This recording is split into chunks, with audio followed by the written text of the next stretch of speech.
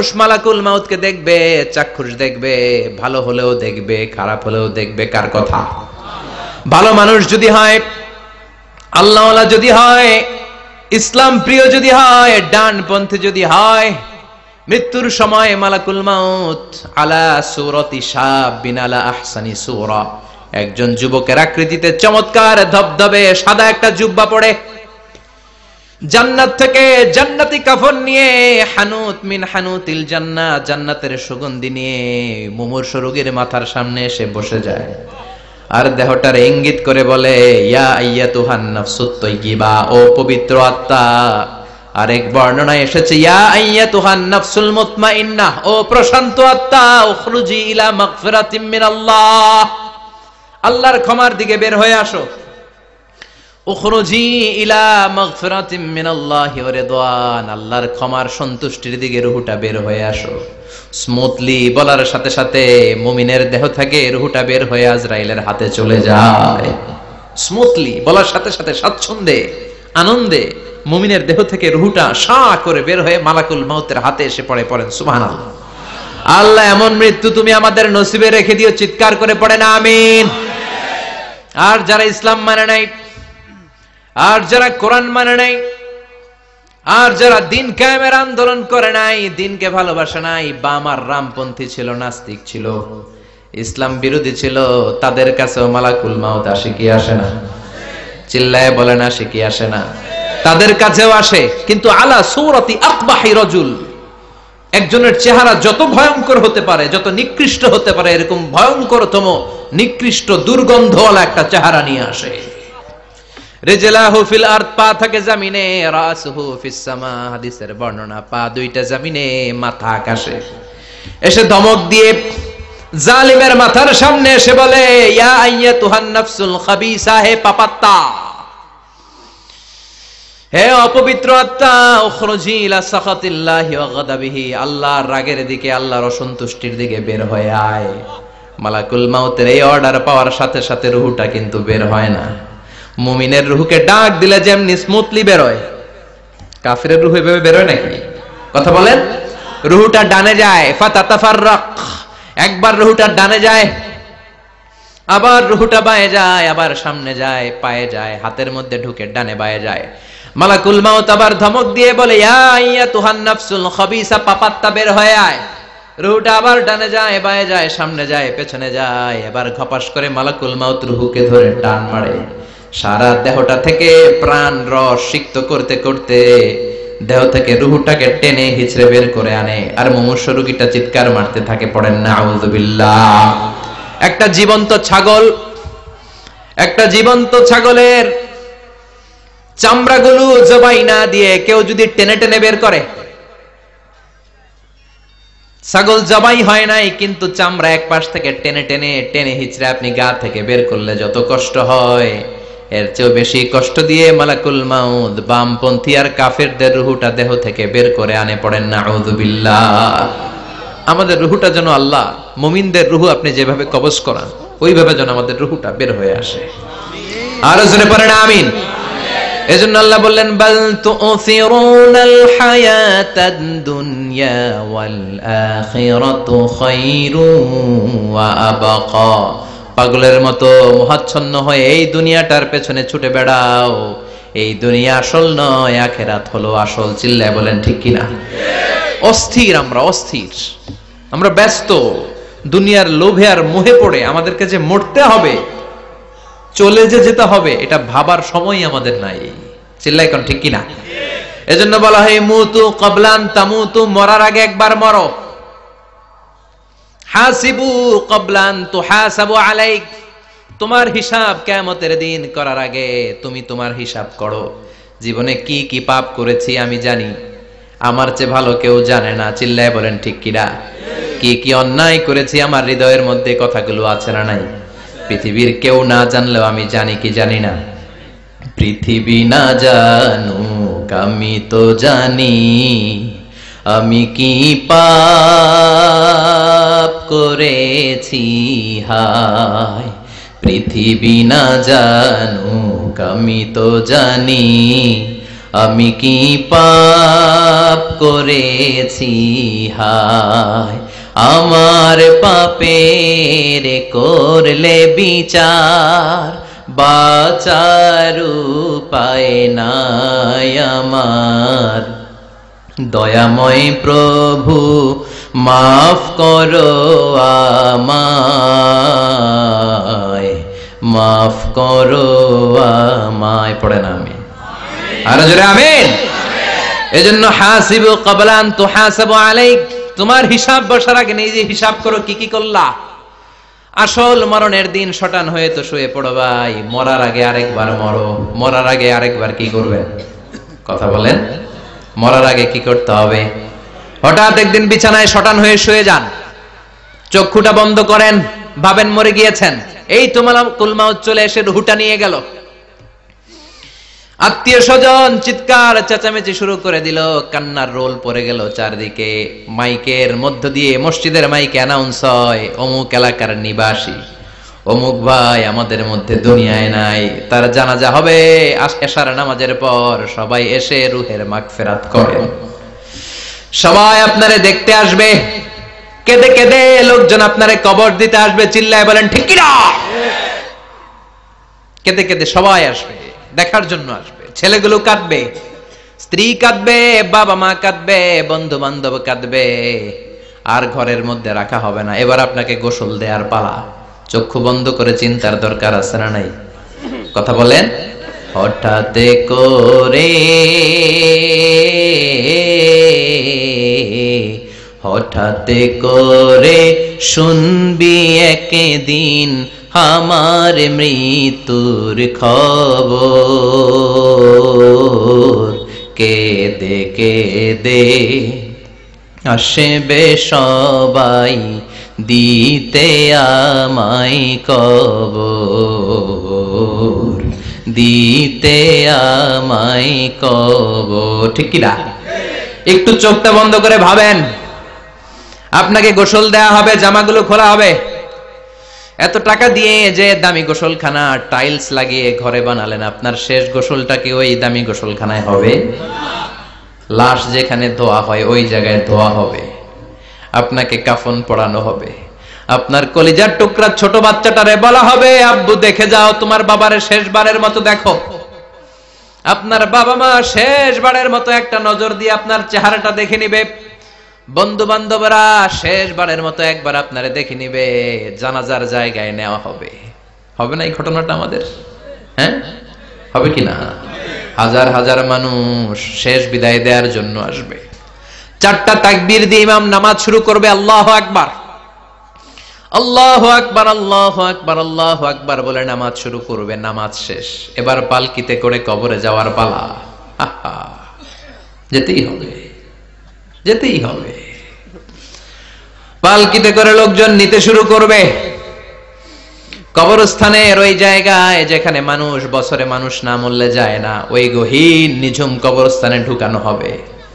পালঙ্ক থেকে নামিয়ে আপনার জন্য করে রাখা আগ থেকে কবরটার মধ্যে শুইয়ে দেয়া হবে। উপরে বাঁশ দিয়ে ছাউনি। শেষবারের মতো সবাই দেখে বাঁশের ছাউনির উপরে মাটি চাপা দিবে। ঠিক কিনা? চলে যাবে সবাই, কেউ নাই, অন্ধকার, শুধু অন্ধকার। এই অন্ধকার যেন শেষ হতে চায় না। এই ঘটনা ঘটবে না আমাদের? কথা বলেন, ঘটবে কিনা? এজন্য মরার আগে এগুলো চিন্তার দরকার আছে না নাই? মরার আগে আরেকবার মরার দরকার আছে না নাই? এজন্য রব্বুল আলামিন বলেন, বাল তুসিরুনাল হায়াতাদ দুনিয়া ওয়াল আখিরাতু খায়রুন ওয়া আবকা। এই দুনিয়ার জীবনটাকে তোমরা আসল জীবন মনে করো, এটা আসল জীবন নয়। আসল জীবন হলো কবরের জীবন। চিল্লায় বলেন ঠিক কি না? আল্লাহ তোমার এই দুনিয়ায়,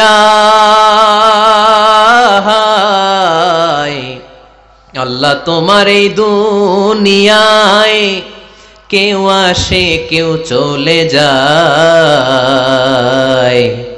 তবু তোমার ভয়ে কারো কাঁদে না হৃদয়। এই দুনিয়াতে আমার বদলে গেল মন। চারিদিকে দেখি শুধু সুখেরই স্বপন, ভাবলো না মন আল্লাহ ছাড়া,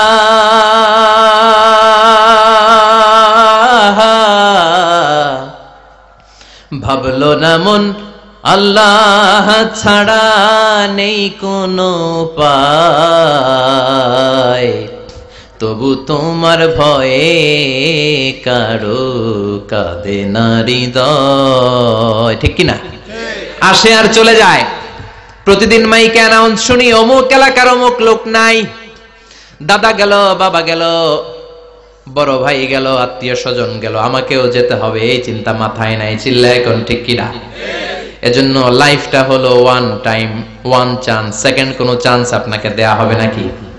কাফেররা বলবে ইয়া রাব্বি আরেকটা সুযোগ দেন, লাউ আন্না লানা কাররা ইয়ানি মাররা, আল্লাহ আরেকটা সুযোগ যদি পেতাম দুনিয়াতে ভালো করে আসতাম। আল্লাহ বলবেন ইন্নাহা কালিমাতুন কাইলুহা, এটা শুধু তাদের মুখের কথা, তাদেরকে আবার সুযোগ দিলেও তারা কিচ্ছু করবে না। চিল্লা এখন ঠিক কিনা? এজন্য একটা চান্স আমরা পেয়েছি, এই দুনিয়ার ওয়ান চান্সে আমরা ভয় পাবো একজনকে। চিল্লায় বলেন তিনি কে? আল্লাহ। এজন্য যেতে আমাদেরকে হবে, এই মরণ থেকে পালানোর কোনো সুযোগ কেউ পালাতে পারে নাই। এই মরণ হলো আখিরাতের প্রবেশদ্বার। মরণ নামক পালকিতে চড়ে আমরা কবরের ভেতরে ঢুকি। মরণ হলো প্রথম পর্ব, কবর হলো দ্বিতীয় পর্ব। যেরকম ঠিক কিনা? এজন্য বিশ্বনবী বললেন আল কবর রাউদাতুম মিন রিয়াদিল জান্নাহ আও হুফরাতুম মিন হুফারিন নার। কবর হলো কারো জন্য জান্নাতের বাগান, কারো জন্য জাহান্নামের গর্ত।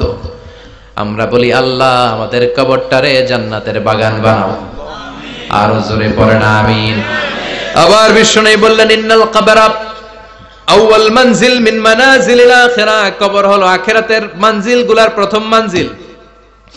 আখিরাতে একটার পরে একটা অনেকগুলো স্টেশন আপনাকে পার হতে হবে। প্রথম স্টেশনটার নাম হলো কবর। প্রথম স্টেশনের নাম কি? এই কবর নামক স্টেশনে যদি আপনি মাফ পেয়ে যান, সামনের সব স্টেশনগুলোতে মাফের ব্যবস্থা করবে কে? আল্লাহ। আর কবর নামক স্টেশনে যদি ধরা খেয়ে যান, আপনার মায়ের আছে না নাই? লাশটাকে যখন রাখা হয়, লাশটা চিনে কে আমারে রাখলো, কে আমাকে ধৌত করলো, কে আমারে কাফন পড়ালো। এজন্য বিশ্বনবী বলেছেন মুমূর্ষের সামনে বসে বসে পড়ো লা ইলাহা ইল্লাল্লাহু মুহাম্মাদুর রাসূলুল্লাহ। লাকিনু মাউতাকুম লা ইলাহা ইল্লাল্লাহ। মুমূর্ষের সামনে দাঁড়িয়ে দাঁড়িয়ে পড়ো লা ইলাহা ইল্লাল্লাহ। এই লা ইলাহা হচ্ছে জীবিতদের জন্য কালিমা, আর আমরা মরার পরে এই জিকির করি। ঠিক কি না? আমাদের দেশের অনেক জায়গায় লাশ নিয়ে কবরে যাওয়ার সময় লা ইলাহা পড়ে না। না, এটা আগের জিকির, মরার আগের জিকির। মরার আগে আপনাকে অ্যানাউন্সমেন্ট দিতে হবে আল্লাহ ছাড়া কোনো ইলাহ নাই, বিশ্বনবী হচ্ছেন শেষ নবী এবং রাসূল। চিল্লায় বলেন ঠিক কি না? লাশটাকে যখন রেখে দেয়া হয়, বিশ্বনবী যত মানুষকে কবরে রেখেছেন তারপরে দাঁড়িয়েছেন আর বলেছেন ইস্তাগফিরু লিআখিকুম, তোমার ভাইদের জন্য তোমরা দোয়া করো। ফাইন্নাহুল আনা ইউসআল, এখনই তাকে কবরে সওয়াল করা হবে। কবরে প্রশ্ন আছে না নাই? কথা বলেন। বিশ্বনবী খাদিজাতুল কুবরা, ওনার প্রথম স্ত্রী খাদিজাতুল কুবরা তাহেরাকে কবরের মধ্যে রেখে দিয়ে কাঁদতে শুরু করলেন। চোখের পানি ছেড়ে অনেক দোয়া করলেন। দোয়া শেষে সব সাহাবারা ঘরে ফিরে যায়, বিশ্বনবী যায় না। সাইয়েদনা আবু বকর বললেন ও নবী চলেন ঘরে যাই। অনেক তো দোয়া করলেন। বিশ্বনবী বললেন আবু বকর তুমি যাও, আমি যাব না। এইটা সাধারণ মহিলা না, এটা বিপদের দিনের সঙ্গিনী খাদিজা। মক্কায় যখন আমার কেউ ছিল না, খাদিজা আমারে ভুলে নাই। 3 বছর কাফিররা আমাকে জেলখানায় বন্দী রেখেছে, নাম শিয়াবে আবি তালেবের জেলখানা। আমার স্ত্রী ওই জেলখানার জীবনেও আমারে ছাড়ে নাই। আমার সাথে 3 বছর খাদিজাও জেল খেটেছে। এই একটাই মহিলা, যেই মহিলাকে আল্লাহ আরশের উপর থেকে সালাম দিয়েছে, মহিলাটার নাম খাদিজা। আল্লাহু আকবার। আমার সব সন্তান আল্লাহ খাদিজার পেট থেকে দিয়েছে। ফাতিমাতুজ জোহরা খাদিজার মেয়ে, জাইনাব খাদিজার মেয়ে, উম্মে কুলসুম খাদিজার মেয়ে, রুকাইয়া খাদিজার মেয়ে, আবুল কাসেম বিশ্বনবীর ছেলে খাদিজার ছেলে, আব্দুল্লাহ যাকে তাইয়্যিব এবং তাহের নামে আমরা চিনি, সেও খাদিজার ছেলে। সুবহানাল্লাহ। ও আবু বকর, আমার এই কলিজার টুকরা প্রিয়তমা খাদিজারে রেখে দিয়ে কেমনে বাসায় যায়? তুমি যাও। আমি দাঁড়িয়ে থাকবো। এখনই মুনকার নাকির এসে খাদিজারে প্রশ্ন করবে, আমি দেখবো খাদিজা উত্তর দিতে পারে কিনা।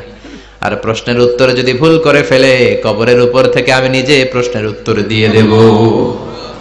সাইয়েদনা জিবরাইল বললেন, নবী আপনারা দাঁড়িয়ে থাকার দরকার নাই, আবু বকরের সাথে ঘরে চলে যান। আল্লাহ জানিয়ে দিয়েছে খাদিজার কবরের প্রশ্নে যদি কোনো সমস্যা হয়, আরশের উপর থেকে খাদিজার প্রশ্নের জবাব আল্লাহ নিজে দিয়ে দিবে। এজন্য কবরের আযাব থেকে বিশ্বনবী পানাহ চেয়েছেন। বিশ্বনবী বলেছেন, আল্লাহুম্মা ইন্না নাউযু বিকা মিন আযাবিল কবর। ও আল্লাহ, কবরের আযাব থেকে তুমি আমাদেরকে বাঁচাও। পড়েন আমিন। কবরে মুমিনদেরকে 4টা প্রশ্ন করা হবে, কাফিরদেরকে 3টা প্রশ্ন। চিৎকার করে বলেন, মুমিনের প্রশ্ন কয়টা? আর জোরে বলেন। প্রথম প্রশ্ন, মার রব্বুক, তোর রবের নাম কি? আমরা কি বলবো? আল্লাহ আমারে রব, এই রবি আমার সব, দমে দমে তনু মনে তারি অনুভব।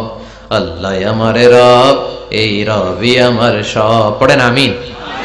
দ্বিতীয় প্রশ্ন, আমার দিন, উত্তর দিনের নাম কি? ধর্মের নাম কি? তৃতীয় প্রশ্ন, আমান হাযার রাজুল, এই লোকটাকে কে? আমরা বলবো মুহাম্মদ সাল্লাল্লাহু। 3টা প্রশ্নের উত্তর যখন আপনি কবরে করে দিতে পারবেন, অতিরিক্ত একটা প্রশ্ন, ওয়ামা ইলমুক, এই যে 3টা প্রশ্নের উত্তর পাল্লা, কেমন করে উত্তর জানলা? কোত্থেকে শিখেছো? নকল করে আনছো কাফনের কাপড়ে? পরীক্ষার হলে নকল আছে না নাই? হাতে নকল আছে না? পায়ে নকল, মুজার ভিতরে নকল আছে না নাই? মোবাইলে নকল আছে না নাই? নকল থেকে আল্লাহ তুমি বাঁচাও। আরো আস্তে কোন আমিন। কিভাবে জানলা? কেমন করে 3টা প্রশ্নের উত্তর শিখলা? What is the source of your knowledge? তথ্যসূত্র কি? আপনাকে বলতে হবে, আমি যেই কিতাবটা থেকে শিখেছি কিতাবটার নাম কি? চিল্লায় বলেন, কি নাম? এই কিতাবটা হলো কোরআন। আপনাকে বলতে হবে, কোরআন থেকে আমি শিখেছি, বিশ্বনবীর হাদিস থেকে আমি শিখেছি। 4টা প্রশ্নের উত্তর যখন পারবেন, ফেরেশতারা বলবে, আহলান সাহালান, খুশ আমদেদ, কংগ্রাচুলেশন, বাহ বাহ, তুমি তো চমৎকার পেরেছো। ফায়ুফসাহু লাহু কবরুহু 70 যিরাআন, মুমিন বান্দার কবরটা 70 হাত লম্বা করে দেয়া হবে। ইফতাহু লাহু বাবুন ইলাল জান্নাহ, জান্নাতের দিকে তার কবর থেকে একটা দরজা বানিয়ে দেয়া হবে।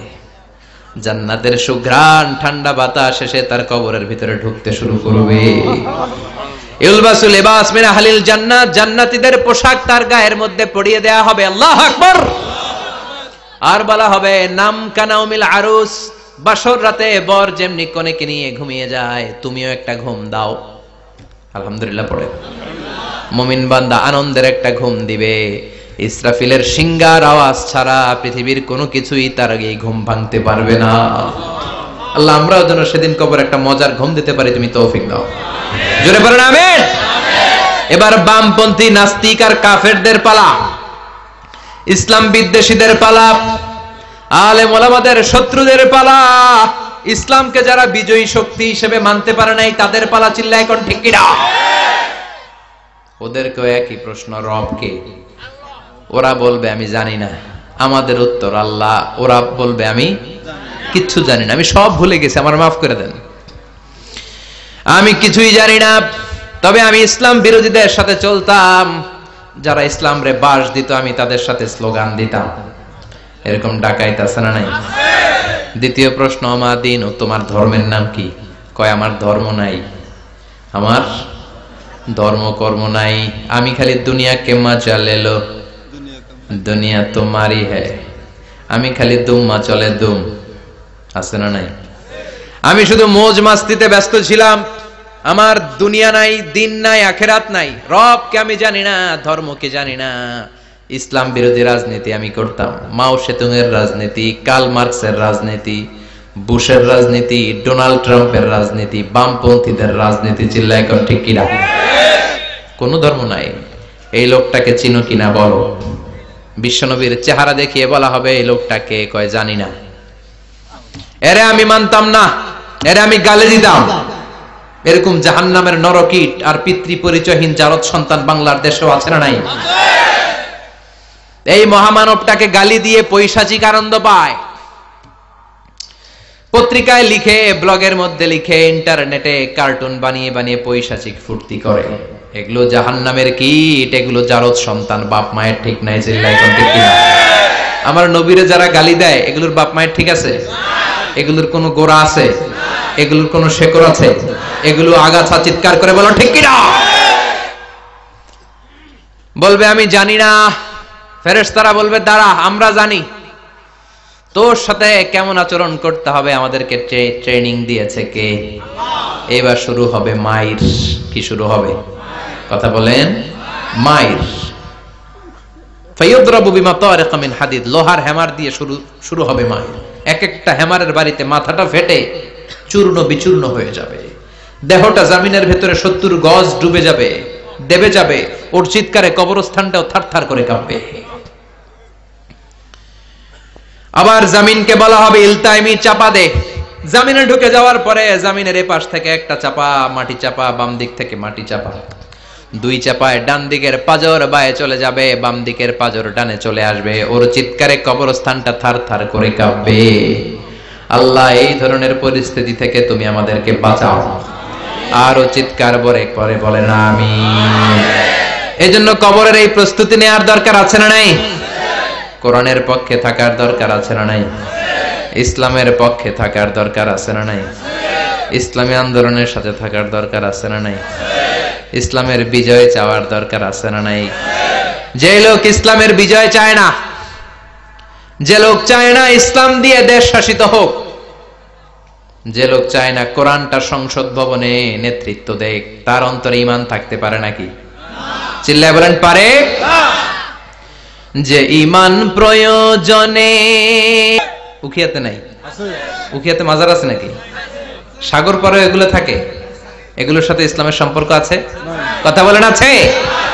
যে ঈমান খাজার নামে মাজার গড়ে ফুলুস কামায়, যে ঈমান শিরকিয়াতের আমল করে ভীত না হয়, যে ঈমান বাস্তবে নাই, যে ঈমান ময়দানে নাই, মুখে শুধু কথার কলি, কি করে তারে বলো ঈমানে বলি, কি করে তারে বলো ঈমানে বলি, কি করে তারে বলো ঈমানে বলি। চিল্লায় বলেন ঠিক কি না? এজন্য ঈমানের দাবি হচ্ছে অন্যায়কে প্রতিরোধ করতে হবে, হকের পক্ষে থাকতে হবে। কোরআনের রাজনীতি নিজ চোখে দেখে ইসলামকে সংসদ ভবনের উপরে কালিমার পতাকা পতপত করে দেখার স্বপ্ন অন্তরে থাকতে হবে। চিল্লায় কোন ঠিক কিনা? এটাই তো মুমিন, যে ইসলামকে বিজয়ী শক্তি হিসেবে দেখতে চায়, যে কোরআনের আইন চায়, যে কোরআনের রাজ চায়। চিল্লায় বলেন ঠিক কিনা? এজন্য আমরা আল্লাহর কাছে কামনা করি, আল্লাহ তুমি আমাদেরকে ঈমানের মৃত্যু দাও, তুমি আমাদেরকে কবরের সব প্রশ্নগুলো সহজ করে দাও। পড়ে না আমিন? আরো জোরে পড়ে না আমিন? এজন্য আল্লাহ বললেন বাল তুসিরুনাল হায়াতাদ দুনিয়া ওয়াল আখিরাতু খায়রুন ওয়া আবাকা। ও আমার গোলাম, দুনিয়ার এই জীবনটাকে তোমরা আসল জীবন মনে করো, এই জীবন কিন্তু আসল জীবন না। আসল জীবন হলো আখিরাতের জীবন। কোন ঠিক কি না? এই জন্য মৃত্যু থেকে যতই পালাও, পালিয়ে বেঁচে থাকতে পারবা নাকি? পারা যাবে? চিল্লায় বলেন। কোন নবীরা পারছে? আদম আলাইহিস সালাম মৃত্যু থেকে বেঁচে গেছে না? মরছে? কথা বলেন না। উনি পৃথিবীর একমাত্র মানুষ যিনি জানতেন যে উনি কতদিন বাঁচবেন। সুবহানাল্লাহ পড়ো। উনি জানতেন উনি কতদিন বাঁচবেন। কেন আল্লাহ জানালেন? এর কারণ মৃত্যু কি এটা উনি জানেই না, কেমনে মরে দেখেই নাই, কষ্ট কি জানে না। আমরা আমাদের দাদাকে মরতে দেখেছি, বাবাকে মরতে দেখেছি, মামাকে মরতে দেখেছি, মরণের কত কষ্ট আমরা দেখি। এজন্য ভয় আছে না নাই? আদম আলাইহিস সালামের দাদা আছে নাকি? বাবা, মামা, খালু, শালা আছে? নাই। এজন্য মৃত্যু যে কেমন এটা উনি জানতেন না। এজন্য আল্লাহ জানিয়ে দিলেন, আদম পৃথিবীতে তুমি 1000 বছর বাঁচবে। আলফু সানা। লাম্মা খালাকাল্লাহু আদম ওয়া কানা তুলুহু 60 যিরাআন। বুখারীর বর্ণনা, সাইয়েদনা আদম আলাইহিস সালামকে বানানোর পরে আল্লাহ 60 হাত লম্বা বানালেন। কয় হাত? জোরে বলেন, আরো জোরে। 60 হাত লম্বা। এরপরে ওনার ঔরসে পৃথিবীতে যত নারী আসবে, পুরুষ আসবে রূহের জগতে, সবগুলো রূহকে বসিয়ে দিলেন বৈঠকে। সুবহানাল্লাহ। বিশাল কনফারেন্স রুম, আমরাও ছিলাম না? আমাদের রুহুটাও ছিল। সাইয়েদনা আদম বললেন, আল্লাহ এরা কারা? আল্লাহ বললেন, আদম এগুলো সব তোমার সন্তান। সাইয়েদনা আদম অবাক দৃষ্টিতে অপলক নয়নে নিজের সন্তানদের রূহগুলো দেখতেছিলেন। দেখতে দেখতে হঠাৎ একটা রূহকে ভালো লেগে গেল। বললেন, আল্লাহ এটা কার রূহ? আল্লাহ বললেন, এটা দাউদ আলাইহিস সালামের রূহ। পড়েন সুবহানাল্লাহ। আল্লাহ এটাকে দেখতে বড় ভালো লাগে, কার রূহ? এটা তোমার ছেলে নবী হবে, নবী দাউদের রূহ। কাম উমরু, আল্লাহ দুনিয়াতে সে কয়দিন বাঁচবে? আল্লাহ বললেন, 40 সানা, 40 বছর। কয় বছর? সবাই বলেন কয় বছর? 40 বছর। সাইয়েদনা আদম বললেন, মাবুদ আমার এত সুন্দর কলিজার টুকরা সন্তান দাউদ আলাইহিস সালামকে দুনিয়াতে মাত্র 40 বছর আপনি কেন দিলেন? আল্লাহ প্রথম মানুষ এবং নবী হিসেবে আপনার কাছে ফরিয়াদ করি, আমার ছেলে দাউদের বয়স বাড়ায়া দেন। আল্লাহ কয় না, হাদা কদ কুতিবা, এটা লেখা হয়ে গেছে। রুফিআতিল আকলাম ওয়া জাফফাতিস সুহুফ, লিখে ফেলছি, কলম শুকায় গেছে, কালি শুকায় গেছে, এটা চেঞ্জ করা যাবে। সাইয়েদনা আদম বললেন, আল্লাহ আমি বাঁচমু কয় বছর? কয় তুমি থাকবা কয় বছর? আলফুসানা, 1000 বছর। মনে আছে? আল্লাহ আমার 1000 বছরের দরকার নাই, আমি আমার 1000 বছর থেকে 60 বছর আমার ছেলে দাউদরে আমি দিয়ে দিলাম। আদম আলাইহিস সালামের 1000 বছর থেকে 60 বছর যদি দান করে দেয়, ওনার আর কত রইল? 940। আর 60 বছর যদি দাউদ নবীর 40 বছরের সাথে যোগ দেয়া হয়, উনি পেলেন কয় বছর? 100। সাইয়েদনা আদম পৃথিবীতে আসলেন, এসে থাকতে শুরু করলেন। দিন গড়িয়ে রাত আসে, মাস গড়িয়ে বছর আসে, বছর যায় বছর আসে। ঠিক 940 বছর পর মালাকুল মাউত আদম আলাইহিস সালামের কাছে আসলেন। বললেন, আনা মালাকুল মাউত উকিলা বিকুম, আপনাদের জন্য আল্লাহ আমাকে বানিয়েছে রূহ কবজ করতে। ও আদম, আবুল বাশার, পৃথিবীর প্রথম মানব, প্রথম নবী, আপনার সময় শেষ, রেডি হন। কি হন? খেলা শুরু হবে, এখনই রূহ কবজ করে নিয়ে যাব। সাইয়েদনা আদম বলে, এখন আসছো কেন? আমার আরো 60 বছর বাকি আছে। মালাকুল মাউত বলে, না, আপনি রূহের জগতে আল্লাহর কাছে আপনার সন্তান দাউদকে কয় বছর দিয়েছিলেন? 60 বছর। এজন্য 940 বছর আপনার জন্য লেখা। আমি এখন আপনার রূহ কবজ করতে চাই। সাইয়েদনা আদম বলে, আমি মানি না, আমি কাউরে দেই নাই। 60 বছর আমি দেই নাই, আমি আরো বাঁচবো, আমি আরো বাঁচবো, 60 বছর আমি বাঁচবো, আমি কি দেইতেই নাই। মিয়া যাও। মালাকুল মাউত আল্লাহর যে বলে, আল্লাহ দেয় নাই বলে, আসলে ভুলে গেছে। আসলে আফাতুল ইলমি আন নিসিয়ান, মানুষ ভুলে যায়, মানুষ বড্ড ভুলে যায়। আমরা এক সময় খাইয়াও কই খাই নাই। অনেক কিছু আপনি দিছিলেন, কিন্তু ভুলে যাই। গলার নিচ দিয়ে নামার পরে কই তুমি কিচ্ছু দাও নাই। আছে না নাই? নাসিয়া আদম ফানাসিয়া বানু, আদম আলাইহিস সালাম ভুলে গেছেন, তাই আমরাও ভুল করি, ঠিক কি না? এজন্য আমাদের নেতারাও বলে, এটা দেব ওটা দেব, নির্বাচনের পর সব ভুলে যায়। আছে না নাই? ওই যে আদম আলাইহিস সালাম ভুলছে, আমরাও ভুলে যাই। ওনাদের দোষ কি? ভুলে যায়, বেমালুম ভুলে যায়। আল্লাহ বললেন, মালাকুল মাউত আর জোরাজুরি করো না। 940 নয়, ঠিক 1000 বছর পরে আদমের কাছে যাবা। আমি আমার আদমের ভাগ্যে এই জিনিসটাই রেখে দিয়েছিলাম রে মালাকুল মাউত। আমি আগ থেকে এটাই রেখেছি, আমি জানতাম সে ভুলে যাবে। চিল্লা এখন সুবহানাল্লাহ। তার মানে পৃথিবীর সবচাইতে লম্বা মানুষ, 60 হাত লম্বা, এত শক্তিশালী আদম আলাইহিস সালাম শ্রীলঙ্কাতে প্রথম নেমেছিলেন। এক লাফ দিলে আধা মাইল চলে যাইতেন। সুবহানাল্লাহ। কি লম্বা মানুষ! থাকতে পারছে? কথা নাই। ঘুমে ধরছে? শেষ করে দেই। হ্যাঁ, আরো কয়েক মিনিট চলবে? চলবে। তাকবীর দেন, লিল্লাহি তাকবীর। আদম আলাইহিস সালাম চলে গেলেন। ওনার পরের নবী ইদ্রিস আলাইহিস সালাম, উনি মরে নাই। ইদ্রিস আলাইহিস সালাম মরছে, কে বলছে? উনিও মরেছেন। তবে ওনার মৃত্যুর আজীব এক ঘটনা আছে, অনেক লম্বা কথা। এক ফেরেশতার সাথে ওনার বন্ধুত্ব হয়েছিল। বলেছিলেন, আমি আকাশ দেখতে চাই, আল্লাহর কাছে অনুমতি চাই। আল্লাহ বলল, ঠিক আছে, ইদ্রিসকে আকাশে ঘুরাও। প্রথম আকাশে ঘুরলেন, দ্বিতীয় আকাশে ঘুরলেন, তৃতীয় আকাশে ঘুরলেন, চতুর্থ আকাশে ঘুরলেন। ইন দ্য মিন টাইম চতুর্থ আসমানে মালাকুল মাউত পৃথিবীর দিকে নেমে আসছিল। ওই ফেরেশতা বলে মালাকুল মাউত আপনি কই যান? মালাকুল মাউত বলে একটু আগে আল্লাহ ফরমান জারি করেছে চতুর্থ আসমানে আমার নবী ইদ্রিসের রূহ কবজ করো। সুবহানাল্লাহ। আমি বললাম আল্লাহ আপনার পাঠানো নবী সাইয়েদনা ইদ্রিস থাকে দুনিয়ায়, চতুর্থ আসমানে পামু কই? আল্লাহ কয় কথা নাই, দৌড় দে। আমি দৌড় দিলাম, এসে দেখি ইদ্রিস আলাইহিস সালাম এখানে রেডি। সুবহানাল্লাহ। ওয়া রাফা'নাহু মাকানান আলিয়্যা। ইদ্রিস আলাইহিস সালামের রূহ কবজ দুনিয়ায় হয় নাই, চতুর্থ আকাশের মধ্যে হয়েছে। একটু চিৎকার করে পড়বেন সুবহানাল্লাহ। এরপরে সুলাইমান আলাইহিস সালাম, উনি তো মরে নাই, মরছে? উনি জিন চালাইতো, উনিও মরবে? শক্তিশালী একজন নবী ছিল। উনি মালাকুল মাউতকে বলেছিলেন মালাকুল মাউত আমার মৃত্যুর সুয়াইয়া সামান্য কিছু আগে আমারে বইলো, আমার একটা কাজ আছে। মালাকুল মাউত মৃত্যুর কিছু সময় আগে এসে বলল সুলাইমান টাইম ইজ আপ, সময় শেষ, অল্প কিছু সময় বাকি, কি করবেন করেন। সাইয়েদনা সুলাইমান জিনদেরকে ডাকলো, ও জিনেরা বিশাল একটা প্রজেক্ট আছে, প্রজেক্টে কাজ শুরু করো। আর কিছু জিনকে বলল চারদিকে গ্লাস ফিটিং করা একটা রুম বানাও। সাইয়েদনা সুলাইমান আলাইহিস সালাম গ্লাস ফিটিং করা রুমের ভেতরে ঢুকলেন। এই রুমে ঢুকার দরজা নাই, হাতে একটা লাঠি নিলেন। কি নিলেন? লাঠির মধ্যে ভর করে দাঁড়িয়ে রইলেন আর জিনদের দিকে তাকিয়ে রইলেন। জিনেরা এত বদমাশ ছিল, সাইয়েদনা সুলাইমান দাঁড়িয়ে না থাকলে কাজ করতো না, ছিল ফাঁকিবাজ। কি ছিল? দাঁড়ায় না থাকলে আজও লোকজন কাজ করতে চায় না, ঠিক কিনা? মালিক দাঁড়ায় থাকলে ঠিকই কাজ হয়ে যায়।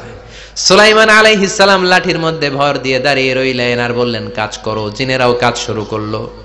ওদিকে মালাকুল মাউত এসে বলে, ও সুলাইমান সময় তো শেষ। সুলাইমান বলে সমস্যা নাই, রূহ কবজ করে। উনি লাঠির মধ্যে ভর দিয়ে দাঁড়িয়ে রইলেন। গ্লাস ফিটিং করা রুমের ভিতরে কোরআন সাক্ষী। মালাকুল মাউত ওইভাবে লাঠিতে ভর দেওয়া অবস্থায়, দাঁড়ানো অবস্থায় সাইয়েদনা সুলাইমান আলাইহিস সালামের রূহ কবজ করে নিলেন। উনি এমন ভাবে দাঁড়িয়েছেন, রূহ চলে গেল, লাশ হয়ে দাঁড়িয়ে রইলেন। লাঠির মধ্যে দাঁড়িয়ে আছেন, জমিনের মধ্যে লুটিয়ে পড়ে নাই। সুবহানাল্লাহ। জিনগুলো দূর থেকে ভাবলো বস তো দাঁড়ায় আছে। কে দাঁড়ায় আছে? জিনেরা মনে করছে বস দাঁড়ায় আছে, কাজ করতে হবে। করতে করতে পুরা প্রজেক্টের কাজ শেষ। ইন দ্য মিন টাইম ঝিঝি পোকা, উই পোকা, যেই পোকা কাঠ খেয়ে ফেলে, এই কাঠ খাওয়ার পোকা সুলাইমান আলাইহিস সালাম লাঠির ভেতরে ঢুকে লাঠিও খেয়ে ফেলেছে। সাইয়েদনা সুলাইমান আলাইহিস সালাম ধপাস করে জমিনে পড়েছে। আর জিনেরা কয় হায় হায়, খালি খালি কাম করছে এতদিন। সুবহানাল্লাহ কইবেন না? সুলাইমান আলাইহিস সালাম বাঁচতে পারে নাই, চলে গেলেন। মুসা আলাইহিস সালাম মরছে? উনি মরবে কেন? উনি তো খালি মারে। মরছে? এক থাপ্পড়ে ফেরাউনের বাবুর্চি নাই। মুখের আগে হাত চলতে কয়েকজন, এর মধ্যে মুসা আলাইহিস সালাম আছে না নাই? মালাকুল মাউত মানুষের আকৃতিতে অনুমতি না নিয়ে ঘরের ভেতরে ঢুকে গেল। ঢুকে বলে আনা মালাকুল মাউত, আমি মৃত্যুর ফেরেশতা। তো কি চাও? জিতু আন আকবাদা রূহাক, আপনার রূহ কবজ করতে আসছি। কিন্তু মুসা আলাইহিস সালাম দেখতেছেন দিব্যি একজন মানুষ, কি দেখে? আবার সালাম দেয় নাই, অনুমতি নিয়েও ঢুকে নাই। ও মিয়া, অনুমতি নিয়ে ঘরে ঢোকার দরকার আছে না নাই? মুসা আলাইহিস সালামের মেজাজ বড় গরম।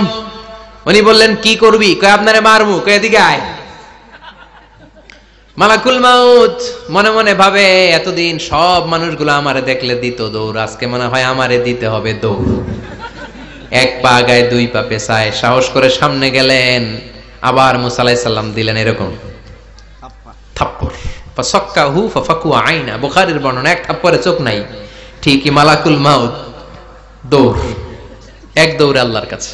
আল্লাহ বললেন রাখো, এটা মুসা আলাইহিস সালাম, তার মেজাজ বড্ড গরম, আমাকে কথা বলতে হবে। আল্লাহ বললেন মুসা, বুখারীর বর্ণনা, গরুর পিঠের উপর হাত রেখে দাও। রাখা হলো। তোমার হাতের নিচে গরুর যত পশম, প্রত্যেক পশমের বিনিময়ে এক এক বছর করে হায়াত বাড়িয়ে দিলাম। মুসা আলাইহিস সালাম অনেক চালাক নবী। উনি বললেন আল্লাহ আমার হাতের নিচে যদি গরুর 2000 পশম থাকে, তার মানে 2000 বছর হায়াত বাড়িয়ে দিলেন, কিন্তু এক্সট্রা হায়াত যখন শেষ হয়ে যাবে এরপরে কি হবে? আগে ওইটা বলেন। আল্লাহ বললেন সুম্মাল মাউত, তারপরে তো মুসা মরতেই হবে, আসতেই হবে।